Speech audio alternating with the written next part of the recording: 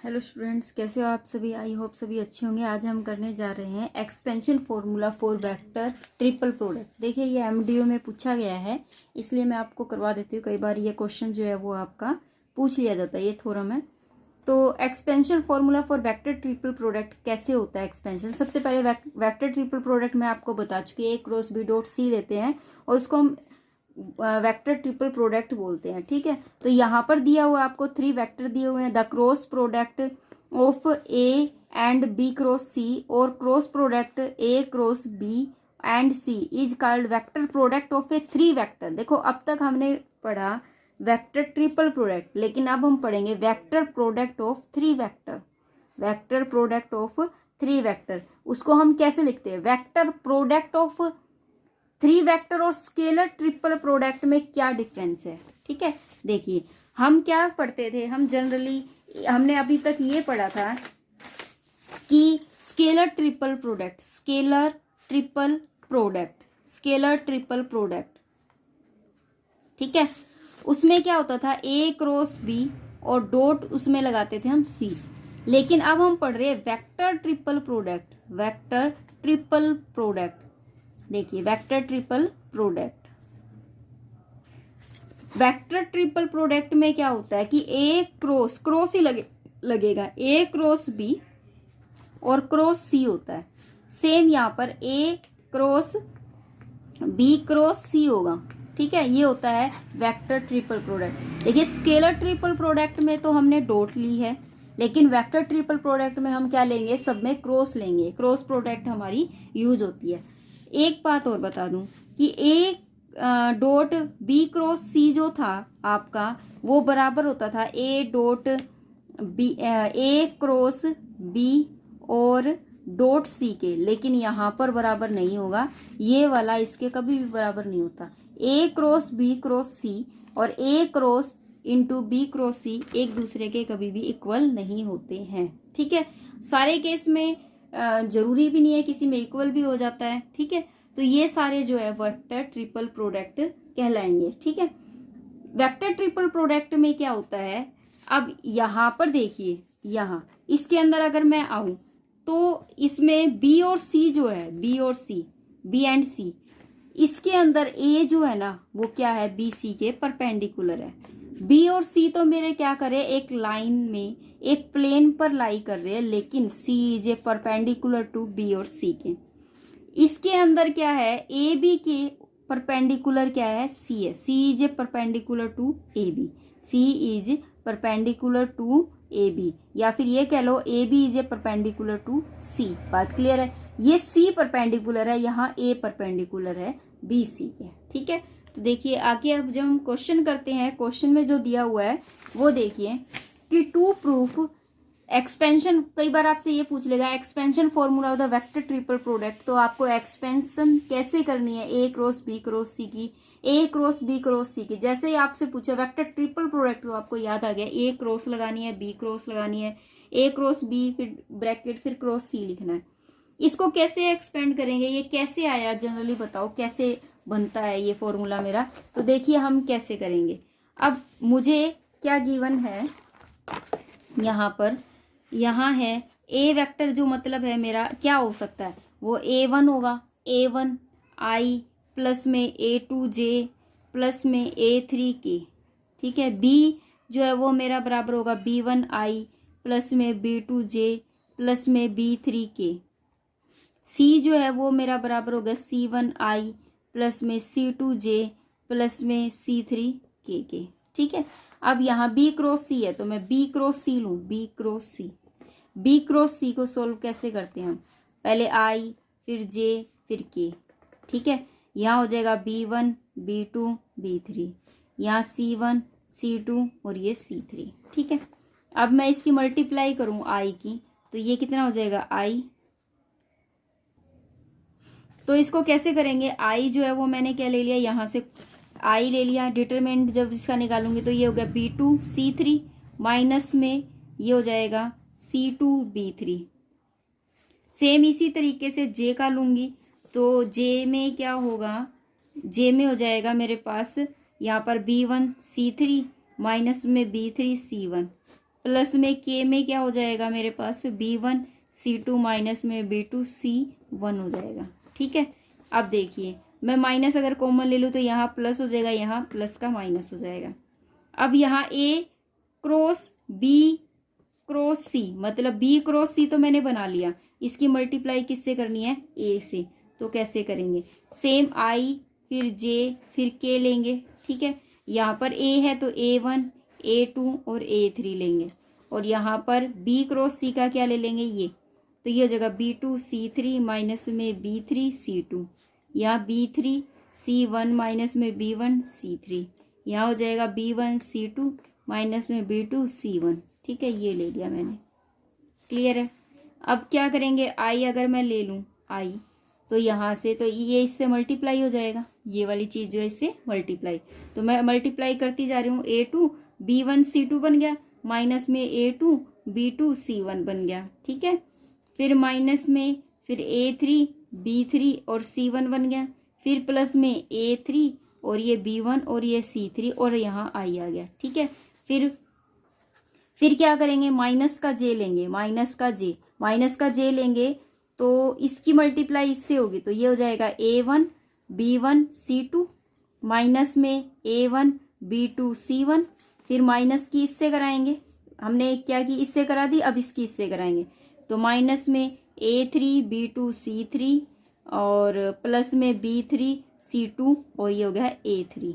ठीक है, अगर मैं ये माइनस अंदर लेके जाऊं तो ये प्लस ये माइनस, ये प्लस और ये माइनस हो जाएगा। ठीक है, प्लस में फिर के का क्या हो जाएगा, A1 B3 C1 माइनस में A1 B1 C3 minus A2 B2 C3 plus में A2 B3 और ये हो जाएगा C2 और ये के हो गया। ठीक है, क्लियर है।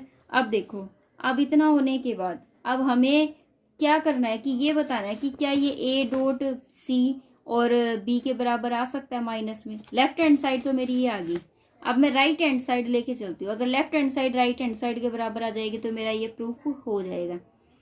तो क्या करें, लेफ्ट हैंड साइड में मैंने ये ले लिया, अब राइट हैंड साइड में देखो क्या दिया हुआ है, A डॉट B और A डॉट C, इन दोनों की मल्टीप्लाई करें अगर हम, तो देखो A डॉट B की अगर मैं मल्टीप्लाई करती हूँ तो वो मेरे बराबर आ जाएगी, इसकी और इसकी मल्टीप्लाई करूंगी। डॉट प्रोडक्ट में I और I क्या होता है, 1 के बराबर होता है, तो ये हो जाएगा A1 और B1 प्लस में A2 B2 प्लस में A3 और B3। ठीक है, उसके बाद A फिर डॉट C है, तो ये किसके बराबर हो जाएगा, A1 C1 A2 C2 plus में A3 और ये हो जाएगा C3 के बराबर। ठीक है, हो गया क्लियर। अब आगे क्या करें, इसके अलावा अब हमें क्या लेना है, इसकी डॉट करानी है B के साथ, डॉट करानी है C के साथ। तो देखो यहाँ पर क्या है, A डॉट C और यहाँ अगर मैं B की कराऊं माइनस में A डॉट B और ये हो गया C, तो इज इक्वल टू में किसके आ जाएगा, देखो इसकी अगर मैं इससे मल्टीप्लाई कराऊंगी तो यहाँ देखिए A डॉट C मेरे पास क्या था, A1 C1 प्लस में A2 C2 और यहाँ है A3 और ये हो गया C3। ठीक है, ये वेक्टर B1 है तो B1 I प्लस में B2 J प्लस में B3 K। ठीक है, माइनस में अब देखिए A B C, तो ये हो जाएगा A1 A डॉट B की क्या मल्टीप्लाई थी, A1 B1। ठीक है, प्लस में A2 B2 प्लस में A3 और ये हो जाएगा B3। ठीक है, और यहाँ पर C मल्टीप्लाई में है तो C1 I हो गया और यहाँ C2 J हो गया और यहाँ पर C3 K हो गया। ठीक है बेटा, क्लियर है। अब मुझे क्या करानी है, इसकी मल्टीप्लाई इससे करनी है और इसकी मल्टीप्लाई इससे करनी है। अगर मेरी स्टेटमेंट वही आ जाए जो मेरे ऊपर की थी लेफ्ट हैंड साइड में, अगर राइट वाली के इक्वल आ गई तो मेरी लेफ्ट हैंड साइड ऑटोमेटिक किसके बराबर हो जाएगी, राइट हैंड साइड के। तो देखो कैसे करेंगे, मैंने इस वाले की इससे मल्टीप्लाई कराई बेटा, तो मेरे पास कितना हो गया, ये हो गया B1 A1 और ये हो गया C1 और I प्लस में फिर यहाँ पर ये है B1 A2 C2I प्लस में A3 C3 और B1 I प्लस में A1 C1 B2 J plus में A2C2 और B2J, प्लस में A3C3B2J। ठीक है, आगे देखो, अब इसकी करेंगे तो ये हो जाएगा मेरे पास A1C1 और B3K, प्लस में A2C2B3K, प्लस में A3C3B3K, प्लस में, अब देखो, अब ये माइनस है, बाहर माइनस है तो सारे अंदर माइनस के हो जाएंगे, तो ये हो जाएगा A1 B1 और C1I, माइनस में A2 B2 और C2I, माइनस में A3 B3 और C1 से कर रहे हैं, अभी तो हमें C1 से कर रहे हैं ना, C1I हो गया। फिर अब इस पे जाएंगे, अब हम C2 से, तो माइनस का A1 B1 C2J, माइनस में A2 B2 और C2J, फिर माइनस में A3 B3 C2J, फिर माइनस में A1 B1 C3K, माइनस में A2 B2 C3K, माइनस में A3 B3 C3K। ठीक है, ये आ गया, बहुत लंबी चौड़ी मल्टीप्लाई आ गई, बहुत लंबी चौड़ी। ठीक है, अब देखो आई वालों को एक साइड कर दो और जे वालों को एक साइड और के वालों को एक साइड। तो आई ये है, आई यहाँ भी है और आई यहाँ भी है, आई वालों को एक साइड ही कर देते हैं। तो आई के केस 3 तो ये हो गए, 1 2 और 3 ये। ठीक है, 3 केस ये बन गए और 3 केस ये बने हैं, 6 केस हो गए टोटल। तो मैं लिखती हूँ B1 A1 C1, प्लस में B1 A2 C2, प्लस में A3 C3 B1, फिर यहाँ पर है minus A1 B1 C1 minus A2 B2 C1 minus A3 B3 C1, और ये हो गया I। ठीक है, प्लस में फिर J वाले, तो A1 C1 B2 plus A2 C2 B2 plus A3 B3 B2 और C3, माइनस में J वाले A1 B1 C2 minus A2 B2 C2 minus A3 B3 और C2, और ये हो जाएगा J। प्लस में अब हम आगे K पर, तो A1 C1 B3 A2 C2 B3 A3 C3 और B3, और K वाला मेरे पास माइनस का A1 B1 C3 A2 B2 C3 A3 B3 और C3, और ये हो गया K। ठीक है, इतना लंबा चौड़ा क्वेश्चन जो है वो मेरा बन चुका है। अब कुछ कटता है तो काट दो, नहीं कटता तो छोड़ दो। देख लो भाई, ये है A3 B3 A3 B3 A3 B3, और यहाँ पर है C2 और यहाँ C3।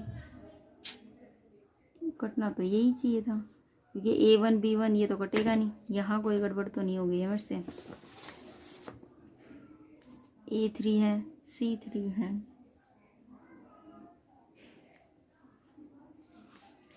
चलो आगे में पता चल जाएगा, गलती हुई होगी तो आगे हमें पता चल जाएगा कैसे। आई वाले में A1 B1 C1 A1 B1 C1 ये कैंसिल हो गया भैया मेरा। ठीक है, और जे वाले में A2 B2 ये वाला इससे कैंसिल हो गया, तो 3 वाला इससे कैंसिल हो जाएगा, बचेंगे सिर्फ 4, ये और ये। ठीक है, ये कैंसिल नहीं हो रहे, तो क्या बच गया B1 A2 C2 प्लस में A3 C3 B1 minus A2 B2 C1 minus में A3 B3 और C1, ये हो गया I। ठीक है, प्लस में A1 C1 B2 plus A3 B2 C3 minus A1 B1 C2 minus A3 B3 C2, ये हो गया G, plus A1 C1 B3 plus A2 C2 B3 minus A1 B1 C3 minus A2 B2 और ये C3, ये हो गया की। देख लो ये आ गई मेरी राइट हैंड साइड। क्या ये लेफ्ट हैंड साइड के इक्वल आई है? देखिए लेफ्ट हैंड साइड में मेरे पास कितना आया था, लेफ्ट हैंड साइड में मेरे पास था आई के केस में A2 B1 C2, देखिए A2 B1 C2 minus A2 B2 C1, A2 B2 C1 minus में A2 B2 C1 माइनस में A3 B3 C1 प्लस में ये सेम आया है। अगर फर्स्ट सेम है तो ये सारे सेम है, तो लेफ्ट हैंड साइड किसके बराबर आ गई भाई? राइट हैंड साइड की। यही तो मुझे प्रूफ करना था। सेम सेकंड ये भी प्रूफ हो गया। तो मैं क्या करूंगी, पहले इसको सोल्व करूंगी, फिर इस वाले को सोल्व करूंगी, फिर पता चल जाएगा जो इसमें वैल्यू आई है अगर वही वैल्यू सेम उसमें आई है तो ये लेफ्ट हैंड साइड किसके बराबर हो गई? राइट हैंड साइड के। सेम ही सेकंड प्रूफ है, वो आप अपने आप करेंगे। आज मैं इतना ही कराऊंगी। इसको ध्यान से कीजिए। ये क्वेश्चन जो है वो थोड़ा लंबा है, इसको थोड़ा समझ के करना पड़ेगा क्योंकि कहीं ना कहीं हम कोई ना कोई गलती कर देते हैं। तो प्लीज़ ध्यान से कीजिए। तब तक के लिए tata bye bye, thank you, have a nice day, bye bye, take care.